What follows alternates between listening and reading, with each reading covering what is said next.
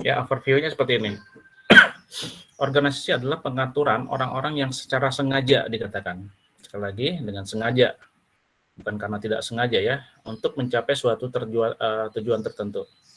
Dia sengaja dibentuk supaya apa? Supaya target, goal atau tujuan perusahaan dapat tercapai. Seorang anggota organisasi yang mengawasi, mengarahkan, memadukan, dan mengkoordinasikan pekerjaan-pekerjaan anggota yang disebut dengan manager. Nah, nanti kita akan membahas tentang organisasi ini dan kenapa sih sering disebut manajer ya teman-teman ya. Nanti kita lihat peran dan posisinya seperti apa. Tujuannya seperti ini. Ya teman-teman ya. Tujuan untuk mata kuliah atau khususnya pembelajaran organisasi dan manajerial pada saat ini. Oke, tentang pengertian organisasi, siapakah manajer itu, apa yang dikerjakan para manajer, dan bagaimana manajer menggunakan waktunya. Ini harus kita pahami bersama bahwa nanti pada saat kalian berada pada posisi itu, kalian harus tahu posisi kalian seperti apa dan bagaimana tanggung jawab ya kalian pada posisi itu. Siapa tahu kalian lebih ya di selain manajer, mungkin kalian pada top manajerial ya. Oke, kita lihat saja teman-teman. Dikatakan seperti ini ya, ini Najwa Shihab mengatakan seperti ini teman-teman. Ilmu jangan jadi objek hafalan. Ilmu itu untuk memahami dan menuntaskan persoalan. Ya, di akhir acaranya Najwa Shihab selalu menggunakan quote-quote yang baik teman-teman ya. Nah, dikatakan ilmu jangan jadi objek hafalan. Kalian jangan hanya menghafal sebuah definisi, jangan hafal tentang sebuah pengertian, tetapi katanya bagaimana kalian harus bisa memahami dan menuntaskan persoalan itu. Tetapi dasar dan konsepnya adalah kalian harus tahu pengertian itu, tapi bukan menjadi sesuatu hafalan yang seperti anak sekolah teman-teman ya. Anak SD, SMP, SMA gitu hanya konsepnya menghafal lebih banyak, tetapi kalian sudah harus di luar itu memahami dan bagaimana bukan hanya membicarakan permasalahan, tapi kalian menjadi bagian daripada solusi masalah itu. Oke, katanya pengertian organisasi seperti ini teman-teman. Orang-orang yang katanya secara sengaja untuk mencapai suatu tujuan tertentu. Ya, perguruan tinggi atau lembaga pendidikan juga sama, merupakan suatu bentuk organisasi, tapi organisasi kependidikan. Kalau setiap organisasi katanya memiliki karakteristik teman-teman. Tidak pasti itu ya. Tidak mungkin sebuah organisasi A, B, C sama karakteristiknya. Tidak mungkin banget gitu. Masing-masing punya karakteristik. Pada saat dia bergerak pada bidang jasa, karakteristiknya berbeda. Pada saat dia bergerak pada bidang sosial, dia akan berbeda. Pada saat dia berbidang di bidang industri, itu pasti akan berbeda karakteristiknya. Akan sesuai dengan masing-masing sifat daripada perusahaan itu atau organisasi itu. Nah, dikatakan karakteristik organisasi teman-teman pada umumnya ya, yang tadi kan dikatakan bahwa karakteristik itu akan berbeda. Tapi secara umum, karakteristik sebuah organisasi harus ada 3 ini teman-teman. Ada 3 bagian ini. Yang pertama katanya tujuan yang jelas. Kalau nggak ada tujuan yang jelas katanya untuk apa gitu kan.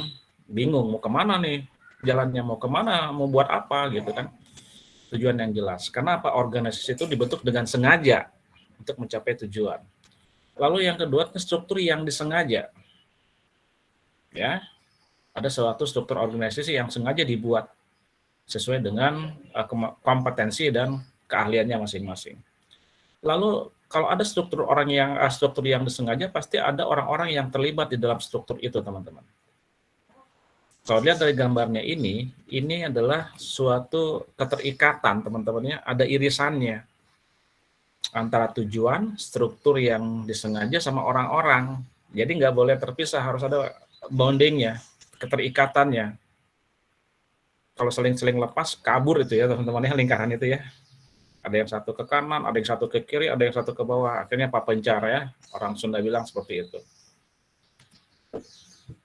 Oke, kita lanjut lagi. Dikatakan tujuan itu apa sih? Tujuan yang jelas. Pernyataan mengenai sasaran. Sasarannya apa nih misalnya? Oke, target kita harus 5.000 konsumen pada 6 bulan terakhir. Jelas teman-teman sasarannya. Atau sasaran kita pangsa pasarnya adalah ekonomi menengah ke bawah, jelas gitu ya. Lalu visi. Ada dikatakan visi. Visi itu apa teman-teman? Pernah dengar ya? Visi dan misi.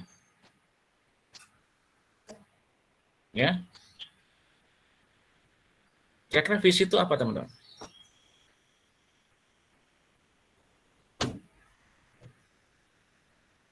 Seperti visi Unibi kan ada teman-teman ya.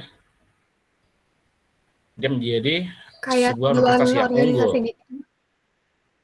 Kenapa, Octavia? Sak, tadi apa? Kamu bicara Nggak apa? jadi Pak, nggak jadi Pak. Ya? Kenapa Tujuan, nggak jadi? Pak. Tujuan. Visi itu tujuan. Kalau visi itu apalagi sok ya, tujuan. Terus apa lagi?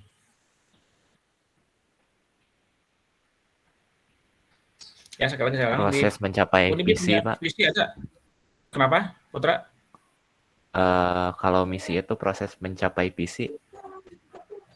Misi itu proses mencapai visi. Kalau visi itu sendiri? Tujuannya, Pak. Tujuan ya. Kalau misi berarti oke, visi dan misi kira-kira lebih umum yang mana, lebih spesifik yang mana, teman-teman? Kenapa visi, misi? Kalau visi itu kan sebenarnya gambarannya sebenarnya umum, vision ya, melihat ke depan. Visi itu tidak 1 tahun, 2 tahun, teman-teman. Seperti Unibi punya visi adalah tahun 2030. Visinya nggak sebentar, teman-teman. Visinya 2030. Tetapi di dalam visi itu ada misi, kan betul ya? Ada misi. Nah, misi itu biasanya lebih konkret, teman-teman. Ya, kenapa? Jarak. Enggak, Pak, kepencet tadi. Oke, siap. Ya, jadi kalau misi itu lebih konkret, lebih real. Bagaimana langkah-langkah untuk mencapai visi itu. Nah, di dalam tadi karakteristiknya ada tujuan, ada sasarannya seperti apa, visinya seperti apa. Visi ini yang dibuat oleh top manajemen dan harus disosialisasikan kepada seluruh lapisan manajemen, teman-teman. Kalau hanya diketahui oleh top manajemen dan middle manajemen, maka nggak akan bisa berhasil karena tidak didukung oleh seluruh karyawan, ya seperti itu. Lalu tujuan juga ada berisi program-program yang ingin dilakukan oleh organisasi. Programnya apa nih tahun pertama, program tahun kedua apa, ada program jangka pendeknya seperti apa, ya, program jangka panjangnya seperti apa, ya. Nah, itu yang menjadi nanti target-targetnya, jangka pendek, jangka panjang, dan seterusnya. Lalu yang kedua, yang akan beririsan dengan tujuan adalah manusia atau resources-nya, teman-teman. Dikatakan sumber daya manusia yang menjalankan serangkaian sasaran yang telah disusun. Setelah sasaran, visi, dan program dibentuk, teman-teman, maka sumber daya ini yang harusnya menjalankan serangkaian sasaran dan itu. Ya, sehingga organisasi terdiri dari manusia-manusia, teman-teman. Maka jika hanya berdiri sendiri saja, maka itu bukanlah organisasi. Jadi manusia itu adalah yang mendukung supporting system dari sebuah tujuan perusahaan. Ya, harus terlibat. Dan itu harus beririsan dengan tujuannya. Lalu yang ketiga adalah beririsan juga dengan kedua hal tadi, teman-teman, tujuan dan manusia. Apa itu struktur organisasinya? Ya. Yang ketiga adalah apa struktur organisasinya, supaya pekerjaan nggak tumpang tindih, ya. OB, office boy mengerjakan electrical, nggak mungkin, ya, babelit gitu. Satpam mengerjakan pembukuan, kan nggak nyambung. Akhirnya jadi tumpang tindih, maka harus diatur dalam sebuah struktur organisasi, struktur organigramnya jelas. Lalu dikasih tahu nih, kamu batasannya seperti ini, skup kerja kamu sampai sini, lingkungan kerja kamu sampai sini, kamu membawahi 20 orang, gini-gini dan seterusnya. Nah, ketiga karakteristik itu yang tadi dikatakan harus saling berkaitan, teman-teman, harus saling beririsan, tidak boleh saling terlepas. Biasa teman-temannya, kalau ada langsung tanya saja. Lalu, yang saya katakan tadi, dalam setiap perusahaan, organisasi selalu yang sering disebut adalah manajer, teman-teman ya. Manajer, supervisor, gitu. Justru yang topnya jarang disebut. Kenapa? Ada yang tahu nggak? Kenapa manajer dan seorang supervisor ini lebih sering disebut di dalam sebuah organisasi? Putra mau Karena jawab? Kayaknya mau biasanya jawab. berhadapan langsung, Pak. Berhadapan langsung apa, Maktavia? Karena biasanya si manajer sama supervisor gitu tuh langsung sama bawahannya gitu, Pak.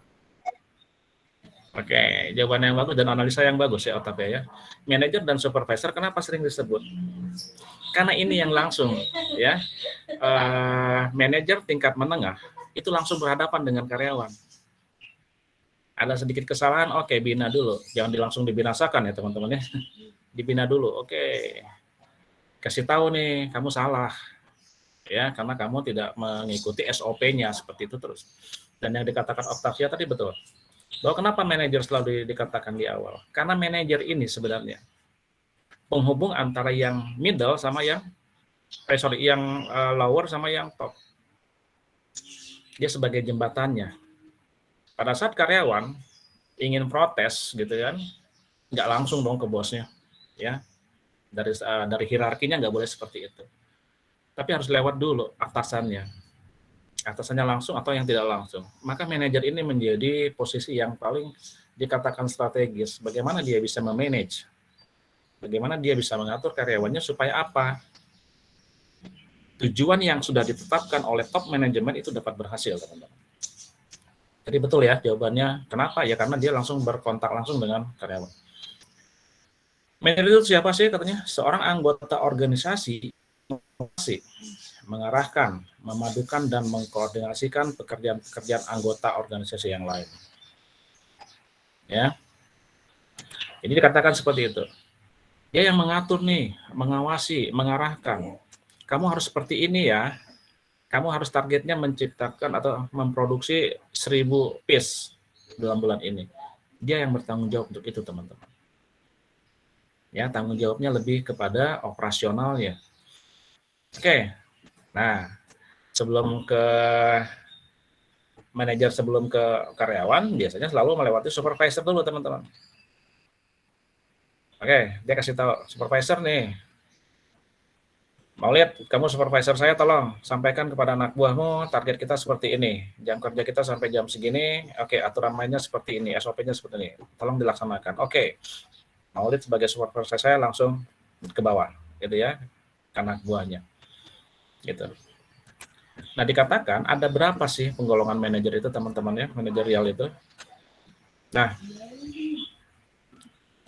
manajer yang kita kenal itu sebenarnya mempunyai 3 tingkatan, teman-teman. Kalau dilihat dari piramidnya adalah di sini top management, top managers, lalu di middle managers, dan di first level manager. Nah, di sini dikatakan apa? Ada 3 nih. Ya, top, middle, sama first level manager. Ntar ada yang masuk lagi kayaknya. Oke. Oke, saya lanjut lagi. Sekarang kita akan bahas satu-satu, teman-teman ya. Apa yang maksud dengan top, the middle, dan the first level.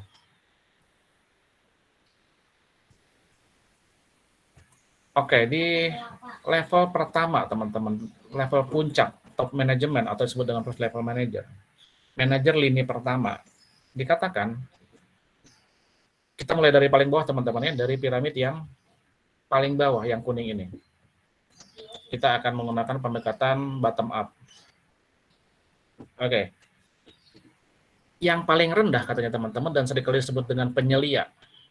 Ya, dalam sebuah pabrik, manajer lini pertama disebut dengan supervisor. Tadi yang saya katakan, saya manajer, ingin ke karyawan saya, nggak bisa langsung juga saya langsung ke karyawan karena saya punya bawahan lagi. Ya, yang namanya supervisor. Maka distribusi wewenang saya, distribusi pekerjaan saya akan saya sampaikan kepada supervisor saya.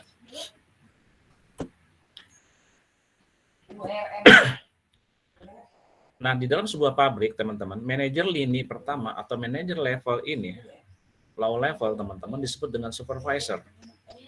Atau yang dibilang dengan mandor. Ya. Mandor itu sebenarnya mandor supervisor, teman-teman. Pelatih olahraga, ya, pelatih sport. Itu sebenarnya lini pertama. Kenapa manajer lini pertama? Karena dia langsung berkontak habis tuh Ya, langsung bersinggungan.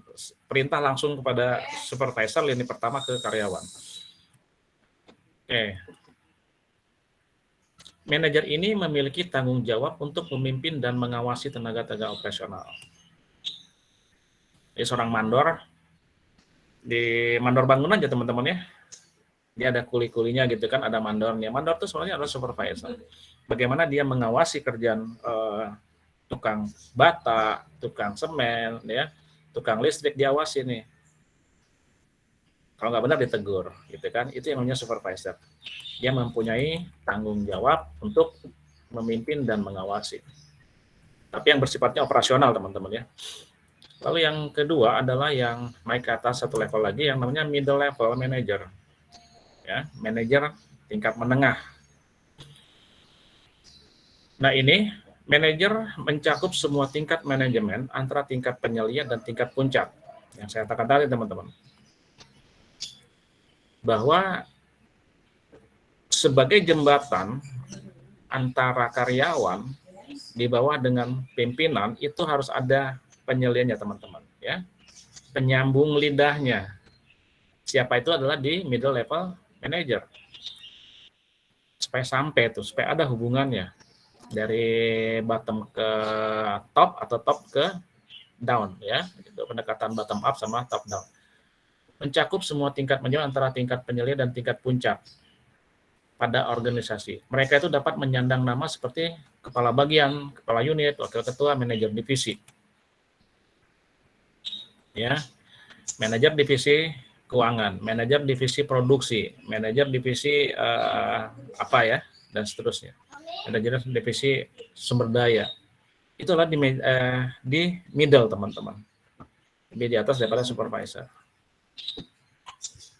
Ya. Oke, yang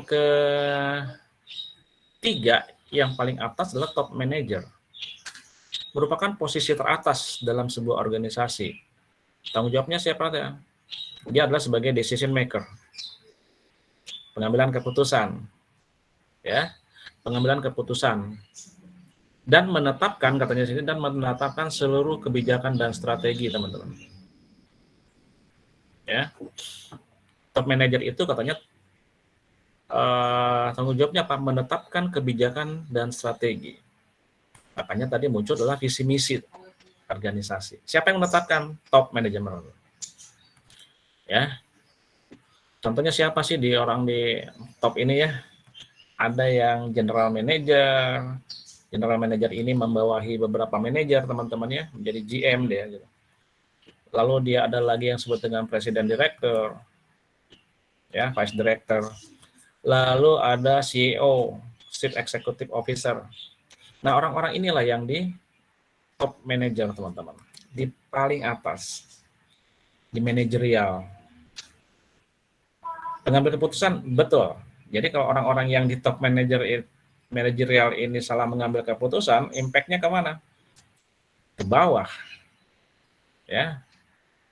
Membuat aturan yang salah, diikuti sama yang bawahnya nih, dan ternyata aturan itu salah, hancur perusahaan itu. Makanya di top manager ini, teman-teman, dia harus mempunyai kemampuan manajerial yang baik. Berbeda yang di low, teman-teman, di paling bawah first line. Ya, di lini pertama. Mungkin dia hanya mempunyai kemampuan di skill operasional, tapi di kemampuan di manajerial mungkin belum terasa. Bukan saya bilang tidak ada, teman-teman, ya, mungkin belum terasa. Gitu. Nanti pada saatnya juga, apakah mungkin di lini pertama akan naik ke middle itu? Ya mungkin saja. Kemampuannya semakin baik, manajerialnya semakin baik. Oke, dia dipromosikan menjadi manajer level menengah. Ya, apakah nanti bisa ke atas lagi? Bisa. Ya teman-teman ya, kalian tahu ya, ada mata kuliah perhotelan, teman-teman. Ada tahu? Jurusan perhotelan? Tahu. Saya pernah ngajar teman-teman di situ, dan saya punya beberapa teman di perhotelan ya. Tapi saya bukan ngajar bagaimana tentang manner teman-teman di perhotelan, tidak. Tapi saya mengajarkan office juga. Gitu. Nah, dosen perhotelan, teman saya ini bilang gini, katanya, di perhotelan itu dia apapun, mau dia S1 perhotelan atau dia dari SMK perhotelan ataupun dia tidak punya pendidikan yang berhubungan dengan itu. Tetapi di perhotelan, teman-teman, bahwa pekerjaan seorang yang bekerja di hotel itu tidak pernah langsung di bagian yang enak, teman-teman. SMK perhotelan, S1 perhotelan, sama-sama masuk kerja nih, teman-teman. Mungkin dia akan berangkat dari OB dulu, teman-teman. Ya, dari office boy, walaupun dia S1 perhotelan. Dan ini yang disampaikan oleh teman saya, dosen perhotelan. Pak, dia lulusan S1 perhotelan, langsung dia dimasuk di supervisor atau manajer, nggak pernah, teman-teman. Ya, ini yang disampaikan teman saya loh, bukan saya. Karena saya bukan praktisi di perhotelan. Kenapa seperti itu? Dia masuk ke OB dulu, naik lagi. Pada sampai akhirnya dia di puncak karirnya. Di perhotelan itu adalah dia menggunakan sistemnya bagaimana seorang yang akan bekerja di bidang perhotelan itu harus menguasai konsep dari paling bawah sampai paling atas, teman-teman. Ya, bagaimana dia menjadi seorang jasa porter saja gitu, ngangkat, bagaimana menjadi OB, bagaimana dia menjadi cleaning service, bagaimana dia menjadi bellroom, ya. Tapi kalau yang S1 dan SMK jelas berbeda dong. Semua dilewati tapi prosesnya cepat, teman-teman. SMK misalnya 6 bulan, S1 mungkin hanya 2 bulan melewati proses itu. Tapi semua itu dilalui, teman-teman. Ya. Oke. Ya, saya lanjut lagi. Nah, perbedaan tingkatan manajemen akan membedakan pula fungsi-fungsi manajemen yang dilaksanakan. Jadi ketiga itu, maka ada dua sebenarnya fungsi daripada itu. Yang pertama tentang manajemen administratif. Yang dua adalah manajemen operatif. Ya, kalau yang manajemen operatif berarti akan berhubungan dengan operasional, teman-teman. Sedangkan yang administratif lebih banyak bidang administrasi. Ya. Oke, seperti itu. Kalau yang administratif katanya berurusan dengan penetapan tujuan, kemudian perencanaan, ya, penyusunan kepegawaian. Berarti, teman-teman, apakah mungkin di manajemen administratif itu ada seorang supervisor, teman-teman?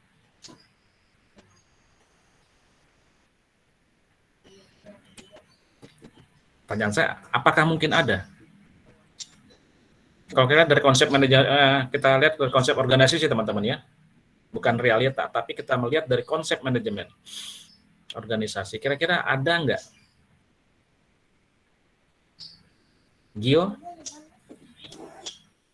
mau bantu saya? Kira-kira ada nggak? Mungkin nggak seorang supervisor di situ? Tidak menutup kemungkinan, Pak. Betul, tidak menutup kemungkinan, ya.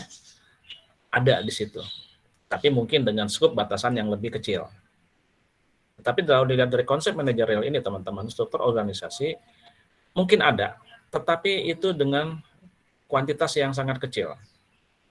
Ya.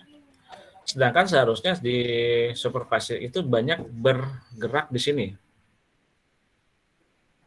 Ya. Di sini sebenarnya manajemen operatif. Kenapa? Karena dia lebih banyak ke bidang operasional. Bagaimana dia mengarahkan orang, ya, bukan pengambil keputusan, bukan pengambil kebijakan. Pak, kan seorang supervisor juga mengambil keputusan, betul. Pak, apakah seorang supervisor juga menetapkan suatu kebijakan? Betul. Ya, saya tidak menyalahkan itu. Tetapi seorang supervisor pada saat dia menetapkan suatu kebijakan yang sifatnya parsial, teman-teman, sebagian. Ya, mungkin di supervisor pemasaran misalnya, dia buat kebijakan aturan sendiri. Oke, yang berhasil menjual 12 paket, saya kasih bonus, gitu kan? Atau misalnya yang konsumennya tidak eksis, maka gajinya dipotong, bukan dipotong, ditangguhkan. Bisa saja kebijakan-kebijakan itu, tapi bukan kebijakan umum, teman-teman. Paham maksudnya, ya? Hanya lingkungan kecil dia bisa mengambil keputusan. Tapi apakah keputusan itu seenak dia? Enggak juga, enggak boleh. Keputusan dia diambil harus selaras dengan keputusan tingkat atas. Ya, seperti itu. Pada tingkatan manajemen rendah, teman-teman, first line, para manajer lebih banyak melaksanakan fungsi manajemen operatif. Rasional ya, semakin tinggi tingkatannya, maka mereka lebih terlibat dalam fungsi manajemen. Maka dikatakan, ada nggak? Mungkin tidak supervisor, mungkin aja ada, teman-teman. Tetapi semakin dia semakin rendah, maka dia lebih banyak ke operatifnya. Semakin tinggi kemana? Dia akhirnya ke top dan akhirnya adalah manajemen administratif. Sampai sini ada pertanyaan? Atau ngantuk? Ya, masih pagi, jangan ngantuk. Kalau ngantuk, seperti Mr. Bean, teman-teman, diganjel sama korek api ya. Atau seruput dulu kopinya ya. Atau kalau kalian tadi sudah bekal dulu, di perempatan jalan biasanya suka ada tukang surabi, mangga. Ya. Oke, seperti ini ilustrasinya, teman-teman. Manajer puncak, menengah, sama pertama. Di mana pada saat manajer lini pertama ini, dia lebih banyak di sini, teman-teman. Ya. Porsi mana? Lihat, porsinya lebih besar, teman-teman. Di sini. Ya, area sini ya. Tapi pada saat dia masuk manajer menengah, porsinya udah masuk ke sini, teman-teman. Manajemen administratif, bagaimana penetapan tujuan dan sebagainya. Di manajer puncak, dia lebih pada di sini sudah. Ya, pembagian atau wilayah kekuasaannya, kewenangannya seperti ini. Aja. Nah, pada awal abad 20, teman-teman, seorang industriawan Prancis yang namanya Henri Fayol, ini juga seorang legend di manajemen, teman-teman ya, Henri Fayol ini, mengusulkan bahwa semua manajer melaksanakan 5 fungsi. Ya, merancang, mengorganisasikan, memerintah, mengkoordinasi, dan mengendalikan. Itu abad 20. Tapi pada tahun 1950, dua profesornya memanfaatkan karya Fayol dan meringkas. Jadi 4. Dari 5 menjadi 4, teman-teman. Yang hilang yang mana? Perencanaannya masih ada. Ya. Mengorganisasikan masih ada. Memimpin masih merintah. Dan mengendalikan. Di koordinasi udah nggak ada, teman-teman. Oh, mengorganisasi ini ya. Masih ada merancang, mengorganisasikan, mengkoordinasi. Ya. Kira-kira yang hilang yang mana, teman-teman? Pemerintah, Pak. Pemerintah ya. Karena sebenarnya memerintah itu udah hampir sama dengan memimpin, teman-teman. Ya. Kalau kalian memimpin teman kalian diskusi, kan kalian lebih banyak mengambil alih ya. Oke, nanti Octavia yang bagian moderator ini.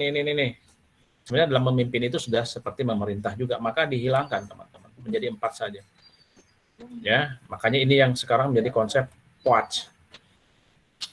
Tapi kalau kalian lihat konsep organisasi perusahaan, ini ada yang 4, ada yang 5, teman-teman. Ada yang modelnya POAC, ada yang lain. Nggak jadi masalah. Kan karakter perusahaan kan berbeda-beda, ya. Oke, dari 4 itu, teman-teman, ini udah ya kita pernah bahas ya sepintas yang dulu. Di planning itu apa sih? Menetapkan sasaran, ya, merumuskan tujuan, menetapkan strategi, dan seterusnya. Organizing apa? Menentukan apa yang perlu dilaksanakan. Actuating adalah mengarahkan dan memotivasi. Ya, ternyata Regita dia kok selama ini kayak yang diam-diam aja waktu bekerja, ceria gitu ya. Kok produksinya semakin turun. Misalnya saya seorang supervisor, saya akan ajak ngobrol, Regita, ada masalah apa kamu dengan ini gitu ya? Apakah masalah keluarga?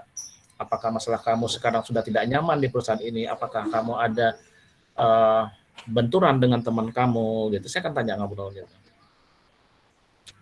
Jangan-jangan Regita sudah bosan di situ ya, udah langsung pengen jadi vice director. Pas sudah malas di bagian pemasaran, saya pengen di bagian produksi. Akhirnya dia membuat Regita itu, aduh, sudah malas. Kerjanya asal-asalan. Nah, itu yang harus dipahami oleh seorang supervisor. Oke, kayaknya Regita udah malas di pemasaran. Coba saya putar dia. Rotasi, kita rolling ke bagian produksi. Ternyata di situ bagus. Oh, berarti masalahnya adalah di sini, gitu ya. Ini yang harus bisa dipahami, baca baik-baik dalam motivasi. Oke, Regita, semangat ya. Oke, kita pasti kamu bisa seperti ini. Kamu itu adalah seorang di bagian actuating, teman-teman. Lalu controlling biasa mengawasi dari apa yang sudah terjadi dan akan terjadi. Next. Fungsi perencanaan dengan adanya rencana, maka memungkinkan satu, organisasi bisa memperoleh dan mengikat sumber-sumber daya yang diperlukan untuk mencapai tujuan. Udah jelas teman-teman ya, kalau saya ingin memproduksi sofa, berarti saya harus tukang, yang jelas kalau saya misalnya merencanakan ingin buat bisnis pembuatan sofa atau pembetulan sofa, maka saya harus sudah bisa tahu, oh ya, bahan bakunya apa, lalu orang yang akan terlibat apa, tukang jahit, ya kan, tukang kayu, udah jelas gitu, direncanakan. Lalu para anggota organisasi untuk melaksanakan kegiatan-kegiatan yang konsisten dengan berbagai tujuan dan prosedur yang ada. Dia harus melaksanakan kegiatan yang konsisten dari apa yang sudah direncanakan. Lalu yang ketiga, kemajuan dapat terus dimonitoring teman-teman dan diukur sehingga tindakan korektif dapat diambil bila tingkat kemajuan tidak memuaskan. Ya, ini dari fungsi perencanaan. Karena di perencanaan itu semua nanti akan mengatur strategi teman-teman. Ya. Lalu yang berikutnya 21. Slide 21.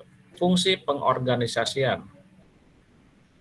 Di sini udah jelas teman-teman, menentukan sumber daya dan kegiatan yang dibutuhkan untuk mencapai tujuan, lalu perancangan dan pengembangan suatu organisasi yang akan membawa hal tersebut untuk mencapai tujuan.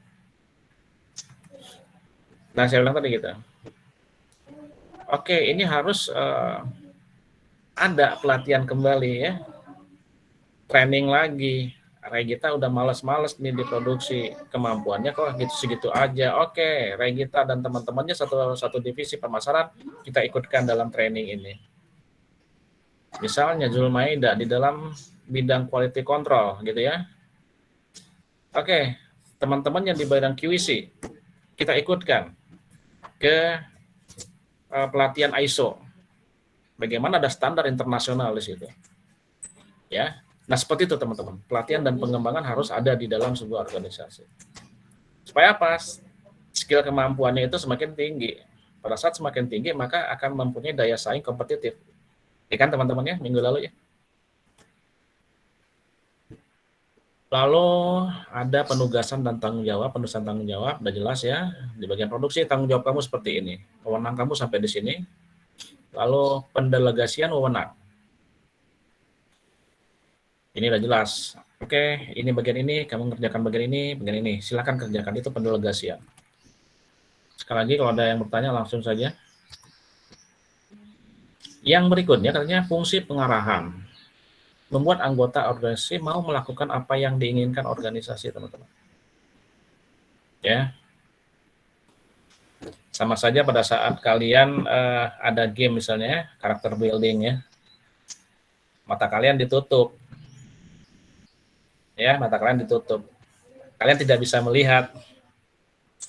Lalu hanya satu yang bisa kalian kerjakan adalah mendengar dan melaksanakan apa yang menjadi arahan teman kalian. Betul ya, pernah ya lihat game gitu ya? Teamwork ya teman-teman ya. Misalnya Zahra ditutup matanya. Lalu saya minta Arif untuk mengarahkan Zahra. Arif, tolong nanti Zahra arahkan ke poin itu, titik itu. Ya.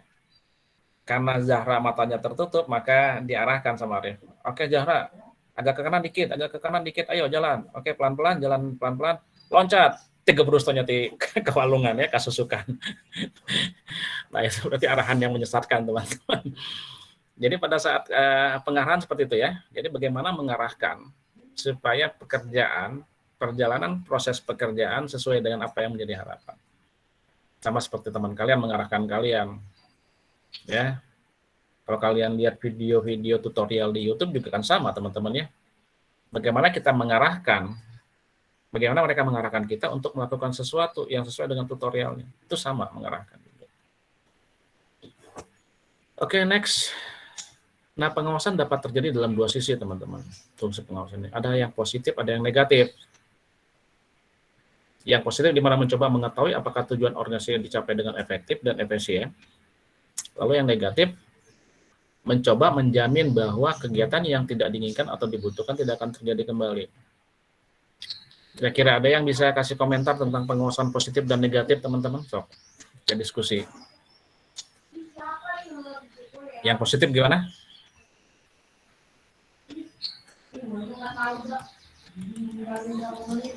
Yang positif gimana? Kata dia mencoba mengetahui apakah tujuan organisasi cacat dengan efektif dan efisien.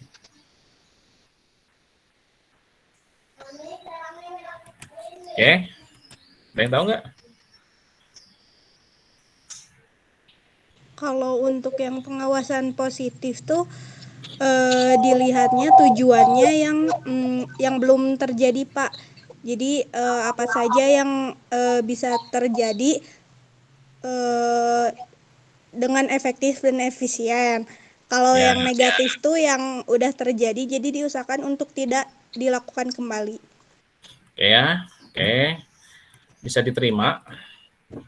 Yang jelas positif akan mengatakan bahwa mencoba mengetahui apakah tujuan organisasi dicapai dengan ini. Berarti ada evaluasinya, teman-teman ya. Gitu ya.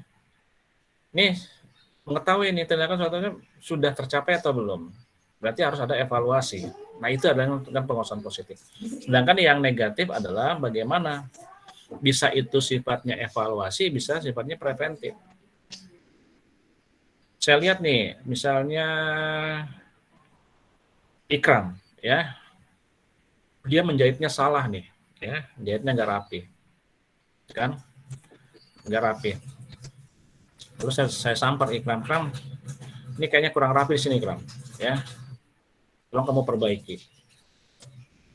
Nah, kadang-kadang juga bahwa penyampaian seorang supervisor juga akan menimbulkan menjadi sesuatu yang tidak enak mungkin bagi Ikram ya. Asa bener ya teh Pak, nah disebut salah kan gitu ya kadang-kadang ya. Padahal mungkin kita tidak tahu apa yang menjadi atau kita mungkin lupa dengan batasan yang termasuk dengan kualitas yang terjadi atau standar kualitasnya seperti apa. Jadi pengawasan negatif tadi betul dikatakan supaya kejadian yang sama, yang salah tidak terulang kembali. Ada 4 unsur katanya teman-teman yang harus dilakukan. Ada yang masuk lagi nih teh.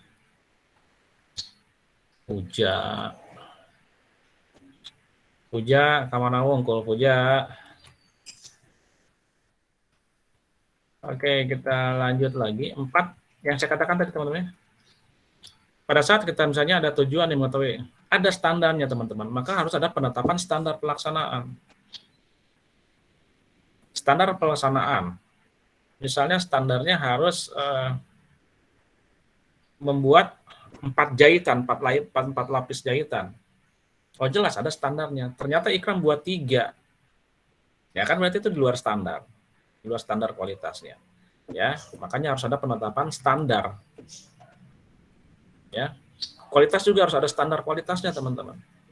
Yang akan dilihat oleh perguruan tinggi, gitu ya, nggak sembarangan juga. Lalu bagaimana seorang materi kuliah juga sama, harus ada standarnya, apa yang akan dicapainya, gitu. Untuk anak S1 berapa, bagaimana, untuk anak D3 seperti mana, untuk anak S2 seperti apa, harus ada standarnya. Lalu penentuan ukuran-ukuran pelaksanaan, ya, pelaksanaan itu harus terukur teman-teman. Bisa diukur, ya, terukur dan bisa diukur, ada parameternya, gitu. Lalu pengukuran pelaksanaan nyata dan membandingkannya dengan standar yang telah ditetapkan. Kram, kamu jahitnya 3 jahitan nih, Kram, gitu ya misalnya ya. Ternyata di standarnya 4. Nah, Kram nih, ya, masih kurang benar, Kram. Kamu masih 3 nih jahitannya. Nanti enggak, takutnya cepat sobek atau cepat terlepas jahitannya. Kamu tidak memenuhi standar nih, harusnya 4. Seperti itu teman-teman ya. Ada 4 di situ. Oke, yang berikutnya adalah kegiatan manajer nih untuk ngapain aja gitu ya si manajer nih. Manajer tuh ngapain aja? Buka handphone doang gitu kan? Atau gimana? Yang pertama katanya bekerja dengan dan melalui orang lain. Ya. Dikatakan orang di sini teman-teman dalam tanda kutip bukan makhluk gaib ya. Bukan makhluk gaib, bukan penampakan. Katakan orang di sini merupakan para bawahan maupun atasan dalam suatu organisasi. Bagaimana seorang manajer itu harus bekerja dengan Ya, saya bekerja dengan apa? Seorang manajer. Saya bekerja dengan pelanggan. Berarti saya harus mungkin lebih banyak concern ke pelanggan. Saya turun tangan ke pelanggan. Apa sih yang menjadi komplain mereka? Apa sih yang menjadi harapan mereka? Itu. Dan bagaimana dia melalui orang lain. Kira-kira gimana teman-teman nih? Karena manajer bekerja melalui, tadi kan ada dengan, tapi melalui orang lain sekarang. Kira-kira bagaimana?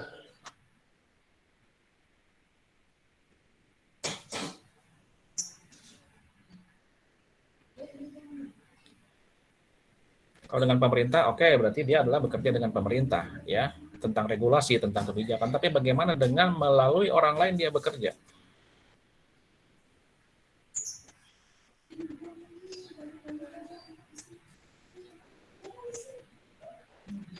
Ada yang tahu?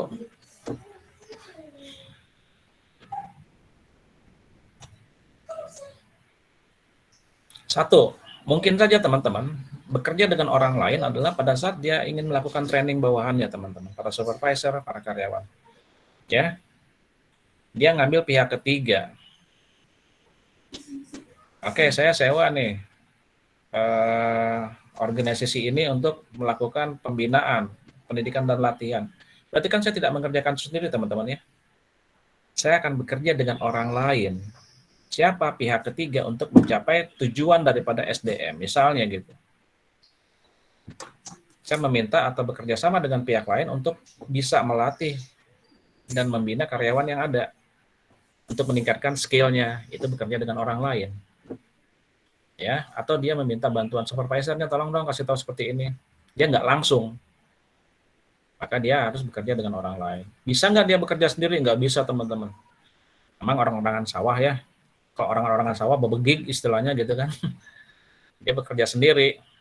Bekerja sendiri juga enggak ya teman-teman, kan dia digerakkan sama orangnya. Orang-orangan sawah itu. Oke, yang kedua katanya memadukan dan menyeimbangkan tujuan-tujuan yang saling bertentangan dan menetapkan prioritas. Kira-kira gimana nih teman-teman? Memadukan dan menyeimbangkan tujuan-tujuan yang saling bertentangan. Ya, aduh ini kayaknya asik nih dibuat nanti UTS ya soal-soalnya nih. Kayaknya enak banget gitu. Sambil ingat-ingat teman-teman yang kita diskusi ini ya. Siapa tahu jadi soal pamungkas, bukan putra pamungkas ya. Kira-kira apa nih? Memadukan dan menyeimbangkan tujuan-tujuan yang saling bertentangan. Kok bisa ya? Kan tadi katanya perusahaan organisasi harus mempunyai tujuan dan visi yang sama. Tetapi kok ada sih bertujuan yang saling bertentangan dan menetapkan prioritas-prioritas gitu. Siapa yang bisa kasih pendapat ya teman-teman?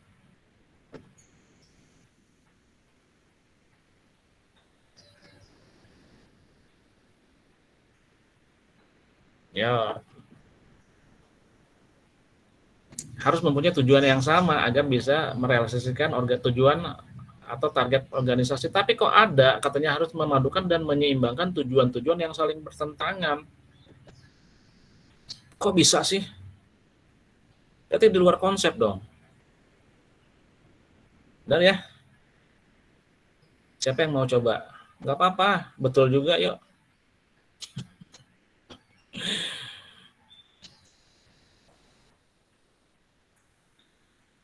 Nggak ada yang bisa? Ya teman-teman, pertanyaan saya sekarang gini. Atau Putra mau coba? Senyum-senyum kamu udah pegang-pegang mikrofon? Belum yakin Pak sama jawabannya. Sok, sekarang akan saya yakinkan. Sok, coba Putra, biarin lah. Yakin tidak yakin, yang penting keyakinan itu harus selalu ada. Kan itu Pak, memadukan dan menyeimbangkan tujuan ya Pak. Ya, Kan manajer itu ada tiga tahapan. Nah, kalau misalkan manajer yang di tahapan bawah itu tujuannya berbeda, mungkin dipadukan dan diseimbangkannya oleh manajer yang di atasnya gitu Pak. coba. Itu betul jawabannya ya. Ya, saya bilang jangan takut betul teman-teman, udah pasti betul jawabannya. Jadi gini, ya, saya sempurnakan lah, itu betul ya teman-teman ya. Jadi memadukan dan menyeimbangkan. Pertanyaan saya sekarang gampang dan sederhana teman-teman. apakah sudah kita tahu nih, misalnya ya, kita saja di kelas ya, kita tahu nih tujuannya ke sini. Tapi kan ada saja teman-temannya di lapangan, di praktek lapangan orang akan mempunyai pandangan-pandangan yang lain ya teman-teman ya. Kita sama-sama oke ya, kita ketemu di Puncelut Dago. Oke ya, teman-teman ya, kita akan di Puncelut Dago. Kita akan naik motor sama-sama, kita akan ketemu di sana. Tapi yang saya harapkan kalian lewat di Pati Ukur, .du. Oke ya, seperti itu dulu, paham ya teman-teman ya? Oke, target kita akan ke Puncelut, ketemu di Puncelut. Oke. Lalu, yang diharapkan kedua oleh saya adalah setelah kita kumpulnya di sana, checkpointnya di sana, kalian harus lewat DU, misalnya di Pati Ukur. Oke. Kan paham benar. Oke, ternyata di tengah jalan, atau kalian punya pikiran, Nur bilang gini, Nur ini bilang ke Firman, Firman, tong lewat dinya yuk ah. Kemau orang lewat Cimbuluit wae, cina kita. Ya. Firman dan Nurani mungkin punya konsep, oke, tenang ya, tenang Firman, checkpoint aja di Puncelut gitu ya. Yang penting sampai di situ. Tapi saya bilang tadi arahkan bahwa kalian akan lewat lebih Pati Ukur. Misal ya, teman-teman. Nah, pada saat ini akan terjadi, akan direalisasikan teman-teman, tujuan ini ke Puncelut, checkpointnya di sana, maka ada akan muncul lagi perkembangan daripada pemikiran-pemikiran kalian. Nyalah, ayo orang lewat Cimbuluit lah. Padahal sudah saya periksa, Cimbuluit itu mungkin macet, teman-teman. Itu ya, macet. Padahal target saya kita ngumpul di Puncelut jam 1. Dengan pemikiran-pemikiran yang lain, toh kan kalian berpikir, toh tetap akan sampai di Puncelut, Pak. Betul, akan sampai. Tetapi target saya untuk ketemu kita jam 1 mungkin tidak tercapai, teman-teman. Makanya saya harus bisa memadukan, menyeimbangkan Firman, Nuraini, oke, itu nggak salah. Ya, lewat situ sampai ke tujuan, tapi mungkin target saya di situ, mungkin di sini Cimbuluit jam hari ini jam sekian mungkin dalam keadaan macet, nggak jadi masalah gitu. Tapi kita akan lewat sini bareng-bareng, gitu ya. Dan nanti bila ada yang satu jadi kendala di jalan, kita bisa saling bantu. Itu ya teman-teman ya. Jadi memadukan dan menyeimbangkan itu adalah apa? Supaya pemikiran-pemikiran yang berbeda, itu bisa terseimbangkan. Pak, bagaimana kalau misalnya pemikiran saya brilian, Pak, HD pokoknya apalah, ya gaspol ya misalnya gitu. Oke, coba sebutkan apa? Bagaimana kalau kita lewat di Pati Ukur, hayu Pak. Tapi bagaimana kita pakai rider gitu, dikawal sama polisi Pak, biar cepat. Oke, sama-sama lewat di Pati Ukur, tujuannya Puncelut. Firman bilang begitu pakai rider. Oke, saya bilang, wah bagus Firman. Kita akan pasti lancar gitu ya. Cepat. Nah, cepat gitu. Karena dibuka jalan sama si pengawal jalan itu. Itu saya tampung, oh bagus Firman nih, idenya luar biasa gitu ya. Tapi apakah saya tanya lagi Firman itu bayar tuh? Bayar Pak. Misalnya gitu kan. Masih kena budget kita nggak ya kalau kita misalnya gitu? Kayaknya cukup sih dengan budget kita. Oke, kita pakai. Tetapi kalau misalnya pakai full rider polisi gitu, ternyata cost-nya lebih mahal, ya nggak efektif dan efisien juga ya teman-teman ya. Ide-ide itu bagus, ya, tapi harus dilihat juga efisiennya, efektifnya seperti apa. Kalau masih bisa tertangani oleh dengan masuk akal daripada itu, maka nggak jadi masalah. Itu ya teman-teman ya. Artinya harus bisa memadukan dan menyeimbangkan tujuan-tujuan yang saling bertentangan. Karena banyak teman-teman, ya antar supervisor saja bertentangan, antar manajer bertentangan. Bagaimana manajer-manajer itu supaya bisa saling atau karyawan sendiri, bagaimana bisa menyamakan persepsi. Itu yang namanya adalah memadukan dan menyeimbangkan. Supaya tidak terjadi blok-blokan teman ya. Ada karyawan yang garis keras, ada yang nyantuy gitu kan. Itu yang bisa dikombinasikan dengan seorang manajer. Oke, yang ketiga bertanggung jawab dan mempertanggungjawabkannya. Ya. Sebenarnya prinsipnya gini teman-teman. Tidak ada anak buah yang salah. Gitu ya. Seorang manajer menyalahkan anak buah gitu ya. Itu sebenarnya tidak ada konsep bahwa anak buah salah, teman-teman. Ya, nggak ada gitu. Sama seorang di tentaraan, kepolisian juga sama, nggak ada anak buah yang salah, teman-teman. Yang salah atasannya, ya. Sama di manajer juga sama gitu. Dia harus bertanggung jawab dan mempertanggungjawabkannya. Pada saat anak buahnya salah, melakukan kesalahan, berarti dia harus introspeksi diri. Oh, saya bisa menyalahkan manajernya yang salah. Ya. Seperti Kapolsek. Misalnya nih, Kapolsek, anak buahnya salah. Melakukan pelanggaran indisipliner misalnya. Kapolsek yang dicopot ya teman-teman ya. Kapolseknya juga akan ikut andil di situ. Kenapa kamu nggak bisa membina bawahan kamu? Kamu tidak bisa mengarahkan bawahan kamu. Sama seorang manajer juga gitu. Anak buahnya melakukan kesalahan, yang salah tuh manajernya harus ditegur duluan. Kecuali misalnya alasannya gini, Pak, saya sudah mendampingi, sudah melakukan pembinaan, ini ada historinya, ada dokumennya, tapi dia tetap seperti itu. Itu lain perkara, teman-teman. Tapi tetap, semua kesalahan sebenarnya ada terjadi di atas. Ya, seperti itu. Dan dia harus bisa mempertanggungjawabkan itu, teman-teman. Makanya kalau misalnya lihat ada yang karena dia merasa tidak mampu, maka dia mengundurkan diri dari jabatannya. Atau dia melakukan kesalahan, dia mengundurkan diri. Karena dia apa? Bertanggung jawab dan mau mempertanggungjawabkannya. Kecuali ada yang merasa salah, nggak mau dianggap salah. Aduh, itu mah susah, teman-teman.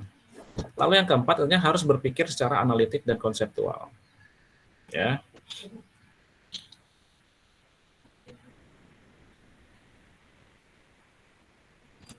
Dikatakan harus memahami konseptual, analisis dan konseptual.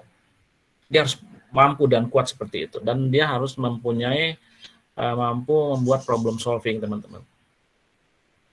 Jadi contohnya, siapa tadi ya yang Nuraini atau siapa tadi ya? Oh, Regita tadi yang misalnya di pemasaran dia udah mulai menurun nih produktivitasnya. Ya. Dia harus mampu mencari apa nih? Bagaimana cara mengatasi supaya Regita ini produktivitas produksinya semakin baik. Oke, cari. Oke, kita rotasi ya ke bagian misalnya tadi apa gitu. Jadi si manajernya harus peka terhadap yang namanya problem solving. Rahayu, Pria, tunduh atau lapar kamu teh? Enggak, Pak. Oh, enggak. Kalau tunduh kamu nyanyi dulu mau satu lagu. Gak apa-apa, kami denger lah, gak apa-apa, break dulu ya teman-temannya, denger nyanyi ya. Sok, kumaha? Boleh, Pak. Ah, tuh, bilang Octavia juga boleh. Nanti habis ini nyanyi ya.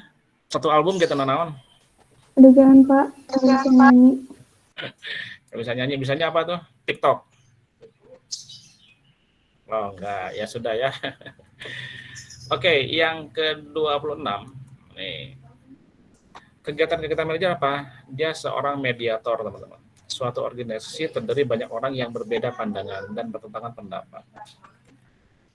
Ya, dia harus menjadi penegak atau mediator. Nuraini berantem sama Putra. Saya manajernya. Saya panggil Putra, saya panggil Nuraini. Oke, Nuraini apa masalahmu? Putra apa masalahmu?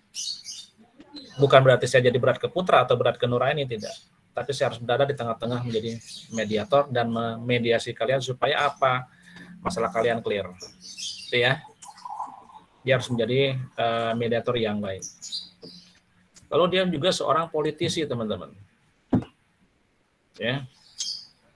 Seorang politisi kan gitu ya, teman-teman ya. Anggota DPR mau dipilih, ayo pilih saya atulah cenah. Jalan diaspal semua nanti. Ya, lapangan pekerjaan dinaikin. Gitu kan? Sesuatu yang baik-baik dikeluarkan ya teman-temannya politisi.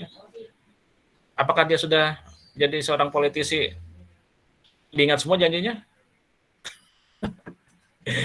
Walau alam ya teman-teman ya. Nah itu mah antara bisa dan tidak saja ya, tidak terjadi ingkar janji. Seorang manajer juga sama. Ayo Putra Firman ya, kamu harus bisa menjual 500 piece bulan ini. Harus bisa lah ya. Nanti kalau kamu bisa menjual 500 pieces, kita ke Bali semua satu tim. Misalnya, kan dia seorang politisi ya teman-teman ya. Mengiming-imingkan sesuatu. Betul kan? Dan saya bisa harus memastikan Putra. Ayo Putra, Firman, kamu bisa menjual 500 piece. Kalau berhasil kita akan kembali jalan-jalan. Ternyata Putra dan Firman berhasil menjual 500. Putra, Firman, kayak dewe-nya, kayaknya keuntungan kita belum cukup untuk itu. Ya, manajer bohong gitu teman-teman. Sudah berhasil 500 sesuai target, ternyata janjinya ingkar gitu. Nah, sama gitu teman-teman. Manajer adalah seorang politisi yang menjual kebaikan, yang menjanjikan sesuatu yang luar biasa. Tetapi manajer yang baik harus bisa mampu merealisasikan apa yang menjadi janji politiknya. Ya. Dalam hal ini saya bilang janji politik, kenapa? Dia seorang politis di dalam perusahaan. Ya. Oke, lalu dia seorang diplomat. Manajer harus berperan sebagai wakil yang representatif bagi organisasi yang dipimpinnya pada setiap pertemuan-pertemuan organisasi. Pada suatu saat ada pertemuan misalnya teman-teman ya, misalnya oleh organisasi pemasaran tingkat kota Bandung, maka ya manajer itu seorang yang mewakili. Maka dia harus menjadi seorang diplomat. Ya. Jadi dia harus mampu bekerja sama dengan organisasi itu. Bagaimana dia menjadi perwakilan dari organisasi itu. Oke, next. Harus mampu mengambil keputusan-keputusan yang sulit. Tanya manajer harus mampu mengambil resiko terhadap setiap keputusan yang dibuat. Setiap organisasi akan selalu mengambil kesulitan untuk keberlangsungan organisasi. Dia harus mengambil suatu keputusan yang sulit, teman-teman. Tetapi keputusan sulit ini juga tidak, saya katakan, tidak bertentangan dengan kebijakan perusahaan. Tapi apakah kalau misalnya bertentangan itu menjadi salah? Tidak juga, teman-teman. Saya harus mengambil keputusan misalnya ya, keuangannya semakin menurun terus nih, gaji karyawan berkurang terus. Oke, bagaimana caranya? Maka seorang manajer harus mampu mengambil keputusan yang sulit. Karena keputusan yang sulit itu, teman-teman, biasanya tidak mengenakan semuanya, teman-teman. Ya. Contoh yang pernah saya katakan, seorang buruh ingin naik gajinya. Perusahaan akan dituntut suatu keputusan yang sulit. Saya bilang bisa perusahaan, teman-teman ya. Ini akan ilustrasi sama dengan manajer. Perusahaan akan sulit, akan dilema. Boleh kalian akan saya naikkan gajinya, tetapi ada beberapa dari kalian yang harus saya putus kontrak kerjanya. Kalian dapat segini supaya apa? Saya bisa mengambil atau saya bisa merangkul semua pekerja supaya bisa bekerja. Tapi kalau kalian tuntut dengan gaji sekian, maka boleh saya akan kabulkan, tetapi dengan konsekuensinya ada beberapa yang saya putus kerjakan. Nah, dikatakan keputusan yang sulit biasanya tidak mengenakan semua, teman-teman. Ada yang merasa dirugikan. Tapi keputusan sulit itu yang harus diambil untuk menyelamatkan sebuah organisasi atau sebuah perusahaan. Oke, ya. Itu adalah slide terakhir, teman-teman. Oke. Ada pertanyaan sampai sini? Saya Pak. Ya.